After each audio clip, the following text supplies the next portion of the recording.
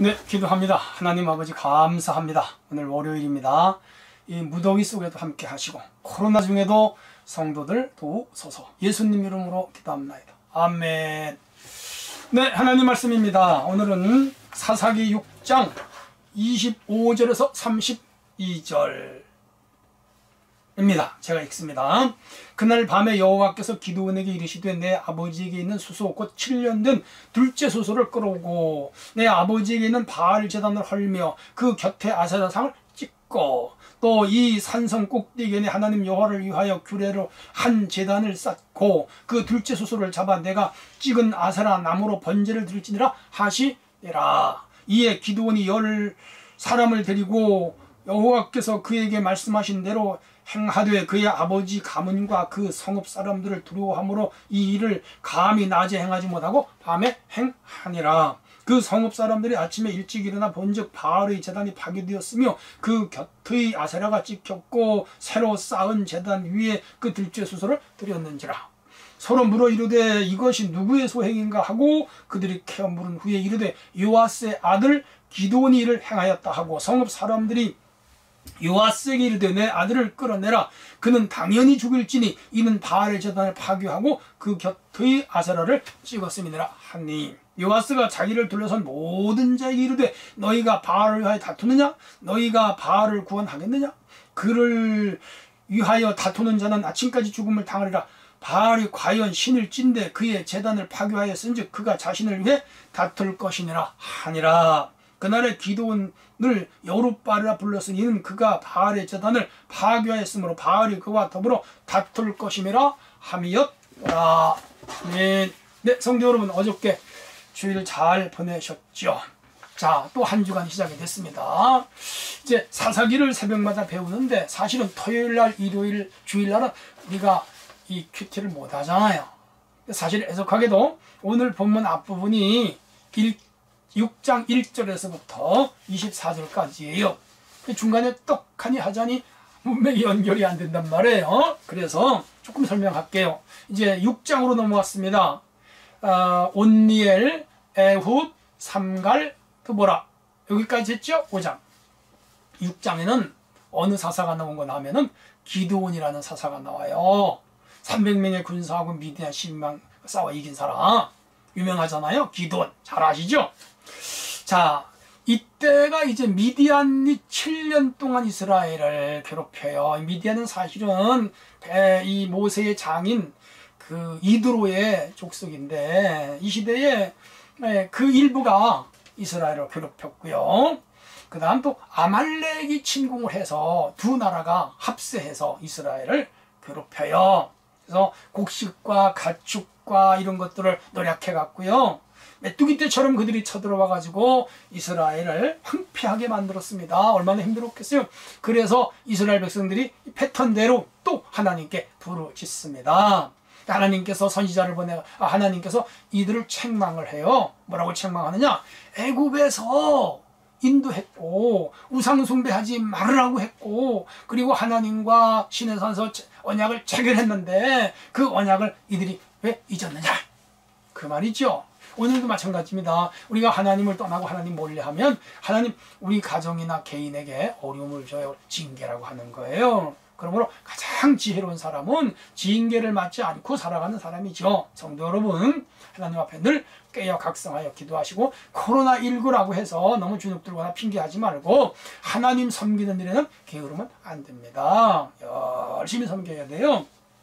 자, 그래서 이제 하나님께서 이제 구원하기 위하여 부르시니까 6장 11절 이하 보면 여호와의 사자가 아비에셀의 사람 요아스의 아들 누구?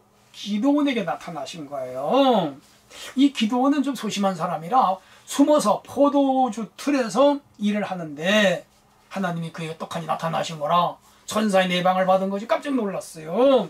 미디안을 너의 손에 붙여주겠다. 근데 사실은 소심하고 겁이 많은 사람이 산속에 숨어가지고 포도주 틀에서 타작을 하는데 감히 국가의 지도자가 되려니까 이 사람은 거부하죠. 아이 나 같은 사람이 무슨 일을 하냐 이거죠. 근데 하나님 안 그래요. 약한 자를 들어 강한 자를 부끄럽게 하시고 지혜를 통하여 지혜 없는 자를 통하여 지혜 있는 자를 꺾으세요. 내가 약하다 그러지 마시고 하나님이 쓰시겠다 쓰면 돼요. 일하면 돼요. 순종하면 된단 말이에요. 그러자 기드온이 하나님 앞에 표징을 요구해요. 당신이 하나님의 사자인지 나에게 보여달라 이거죠. 그러자 이 하나님의 사자가 그러면 염소 한 마리를 가져와라. 그리고 고운 가루를 가져와라. 그리고 무교병을 만들어라. 그리고 하나님 앞에 제사를 드려라. 상수리 나무 아래서 이 염소는요 번제고요. 그리고 고운 가루는 소제예요. 갖다 놓았더니 여호와의 사자가 지팡이를 탁 댔더니 그 상수리 나무를 반석에다가 이 제물을 올려놨는데 불이 나와가지고 싹 사라졌어요. 무섭잖아요. 이 증거예요. 여호와의 사자라고 해요. 여러분 지팡이를 댔는데 어떻게 반석에서 불이 납니까? 하나님의 살아계심을 보여준 것이죠. 불러서 보여준 것이죠. 하나님 사자가 또 나왔어요. 그래서 이 기드온이 그곳 이름을 뭐라고 불렀죠? 여호와 샬롬, 여호와 샬롬, 평강이 임했다 이 말이죠. 여호와의 사자가 와서 이 땅에 평강을 준다 이 말이죠. 성도 여러분, 하나님이 함께하는 곳에는 평강이 임하는 줄 믿으시기를 바랍니다. 우리 성도들 가정에 평강이 임하기를 축원합니다. 자, 그리고 나서 이제 오늘 본문이에요. 하나님께서 바알과 아세라의 제단을 파괴하라 그래요. 여러분, 참 믿음은 우상을 파괴하는 거예요. 죄악을 내쫓는 거예요. 그게 하나님의 사람이에요. 25절. 밤에 기드온에게 여호와의 사자가 말씀합니다. 아버지에 있는 7년 된 둘째 수소를 끌고 와서 하나님 앞에 드리고 번제단, 바알의 제단과 아세라 제단을 찍어버려라.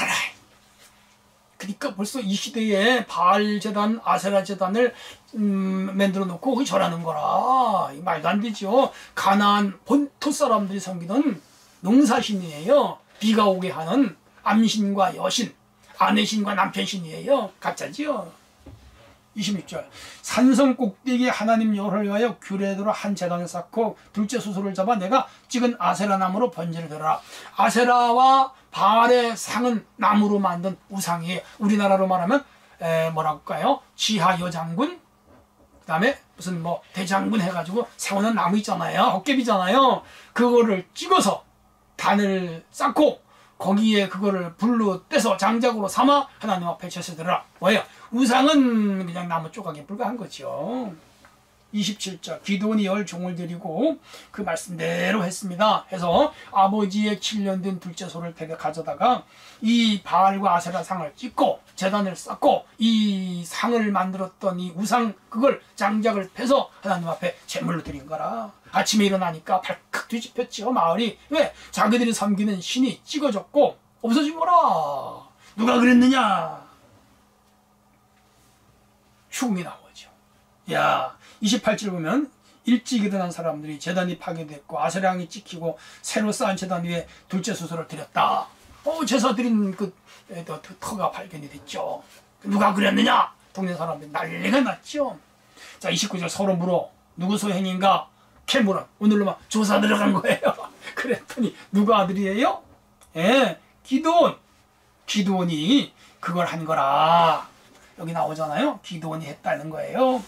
야, 그래서 요아스의 아들 기드온이 일을 행했다는 게 이제 동네에서 쫙 돌았죠. 동네 사람들이 이 집으로 달려왔어요. 30절. 요아스에게 이르되 내 아들을 끌어내라. 당연히 죽을지니 바알의 전을 파괴하고 아세라를. 당신 아들 말이요. 요아스 당신 아들 기드온이 이 짓거리 했다 이거예요. 아세라 신을 찍고 바알을 찍었으니 저주를 받을 것이다. 그리고 그 신을 찍은 당신 아들 죽여야 된다. 이야, 동네 사람들이 화가 났겠죠.